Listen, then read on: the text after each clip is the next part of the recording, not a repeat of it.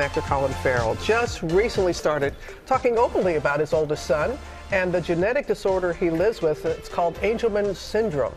He also launched a foundation to support people living with intellectual disabilities. And this weekend, 2020 co-anchor Deborah Roberts talked to him about it. And it's just so wonderful how open he's being and how many people he's going to help. And just what a warm, wonderful guy he is, Robin. Colin Farrell is a passionate and private, award-winning actor whose life changed with the birth of his first child. He is now among the estimated 1.3 million young adults in the U.S. living with a developmental disability. For parents offering support, it can be challenging. I know that firsthand. And so does Farrell, who's become a vocal advocate not just for his son James, but for all families who are dealing with differences. Golden Globe-winning actor Colin Farrell is front and center as an ambassador for people living with disabilities. We caught up in Chicago, where Farrell's foundation was hosting a gala. We have to help people understand how dire the situation is for so many.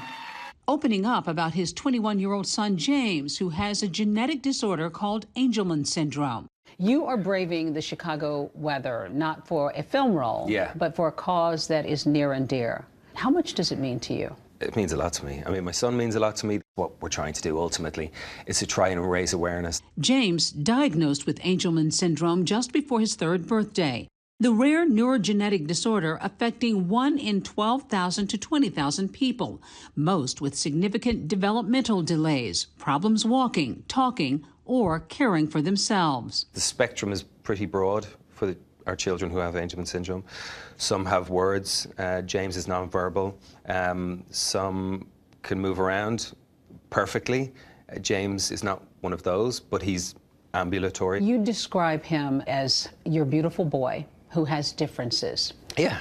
He's great fun. He's really cheeky. He's bold. He's worked very hard all his life. Like, he has been doing occupational physical therapy, special needs exercises since the time he was 3. You have James, your oldest, and you have Henry. Yeah. How do you balance the two? I'm on a unicycle with, bowling pins.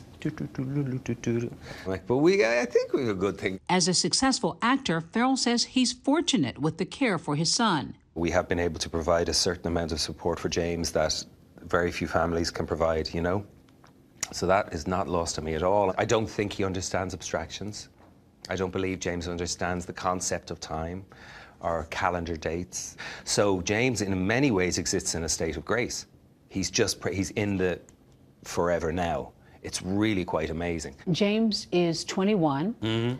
On the one hand, he's a young adult. Yeah, man. But on the other hand, he's a young adult with a disability. But in this world, though, of disabilities, when a child turns 21... Oh, yeah, the bottom falls out. No, there's no support systems. As far as therapies and after-school care, it all holds out. And that's when parents are just like, oh, what do I do now? They are just in the dark begging for support and help. They're subsisting on $45,000 or $63,000 a year. They're trying to keep their life together. And he's determined that his Colin Farrell Foundation will make a difference. One of its goals, creating access to affordable community housing and day programs. On this evening, Farrell is less of a celebrity and more an ally, a kindred spirit in the special needs world. What is that like when you look into the eyes of these families and these kids? I just love our community. I just love them all, yeah.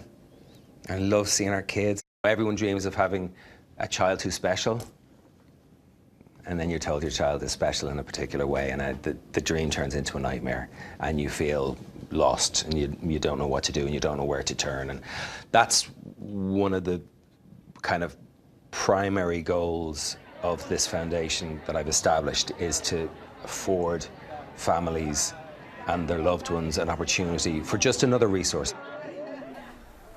What a remarkable guy. Farrell says he's been involved in the Angelman syndrome community for about 15 years, but only now did it bear his name.